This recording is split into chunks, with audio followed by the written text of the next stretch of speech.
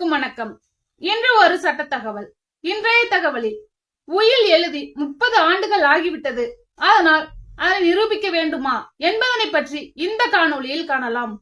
ஒரு உயில் எழுதி 30 ஆண்டுகள் ஆகிவிட்டது, அதனால் அதை நிரூபிக்க தேவையில்லை என்று கூற முடியாது. அது பழமையான ஆவணம் என்று இந்திய சாட்சிய சட்டம் செக்ஷன் 90 படி அதனால் அதனை நிரூபிக்க தேவையில்லை என்று கூற முடியாது.